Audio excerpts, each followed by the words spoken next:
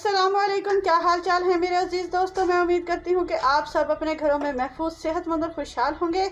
हमारी आज की जो वीडियो है वो है बहुत ही ज़्यादा ख़ास, क्योंकि इसमें मैं आपको बताने वाली हूँ गर्मियों का तोड़। ख़ास तौर पर गर्मियों में चलने वाली तेज़ लूएँ जो कि अक्सर औक़ात इंसानी जिस्म को बहुत ज़्यादा नुकसान पहुँचाती हैं। उसके लिए मैं एक ख़ास शरबत जो है आपको बताऊँगी जो कि कहलाता है कैरियों या कच्चे आमों की शरबत या आम की इमली।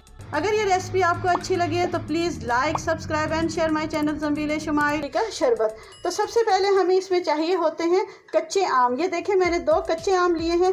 आम तौर पर ऐसा होता है कि जब आंधियाँ चलती हैं तो ये खुद ब खुद गिर जाते हैं, जिसकी वजह से मार्केट में बहुत सस्ते मिल जाते हैं। तो इसका आप बनाएं शरबत और पिलाएं अपने बच्चों को, और ये आपको बहुत ही ज़्यादा फ़ायदा देगा, ये आपको ठंडा रखेगा। अब मैं बताती हूँ इनके ख़ास इंग्रेडिएंट। तो सबसे पहले आपने कैरी ली, उसके बाद आप डालेंगे इसके अंदर काला नमक। काला नमक आपने डालना है कम से कम ½ टीस्पून। इसके बाद हमारे पास है चीनी।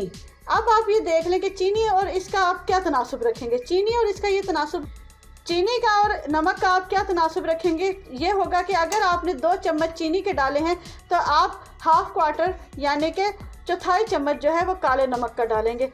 अब हम सबसे पहले इन इमलियों को उबालते हैं। इन कैरियों को या कच्चे आमों को उबालने के लिए सबसे पहले हम इसे बर्तन में डालेंगे। बर्तन में डालने के बाद हम इसमें पानी ऐड कर रहे हैं। अब आपने इस पानी को और इन कैरियों को कम से कम 5 से 7 मिनट तक पकाना है, उबालना है, पकाना नहीं, सिर्फ उबालना है। अब इस पानी को आपने कम से कम 7 से 10 मिनट उबालना है, या उस वक्त तक उबाला आपने इसे देना है जब तक इसमें एक बॉयल ना आ जाए। जो ही इसमें 1 से 2 बॉयल आए आपने इसे फ़ौरन उतार लेना है। क्योंकि अगर आपने इसे ज़्यादा बॉयल किया तो ये फट जाएंगी और आपकी फिर ये किसी काम की नहीं होगी। तो अब हम इसे देखें, हमने इसे इसमें डाल दिया और अब हम इसे बॉयल करने के लिए रख देते हैं। जैसा कि मैंने आपको कहा था कि कच्चे आम, कैरी या इस इमली को आप पानी में उबाल लें 5 से 7 मिनट या 10 मिनट तक के लिए। लेकिन ख्याल रहे कि आपने इतना ज़्यादा नहीं उबालना कि ये फट जाए, क्योंकि ज़्यादा उबलेगी तो ये फट जाएगी और आप इसका छिलका उतारते हुए भी बड़ा मसला खड़ा होगा।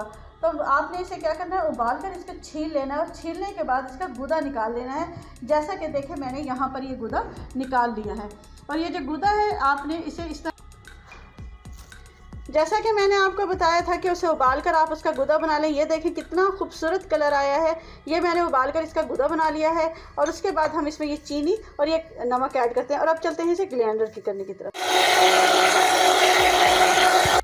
और सबसे आखिर में हम अपने शरबत में डालेंगे आइसिंग क्यूब्स यानी कि बर्फ़। और उसके बाद फिर हम ग्राइंडर करेंगे और हमारा शरबत जो है वो हो जाएगा तैयार। जी जनाब, देखें हमारी कैरियों का शरबत हो गया है बिल्कुल तैयार, और ये है इसका फ़ाइनल टच। मैं उम्मीद करती हूँ कि मेरी ये आज की रेसिपी आपको बेइंतहा पसंद आएगी और आप इसे बना सकेंगे अपने लिए गर्मियों के लिए एक शील्ड के तौर पर। तो जनाब, इसे अपने घर में ज़रूर ट्राई करिएगा और मुझे इसके कमेंट्स में ज़रूर बताइएगा कि आपको ये रेसिपी कैसी लगी। अगर ये रेसिपी आपको अच्छी लगी है तो please like, subscribe and share my channel Zambeel Shumail. अल्लाह हाफिज़।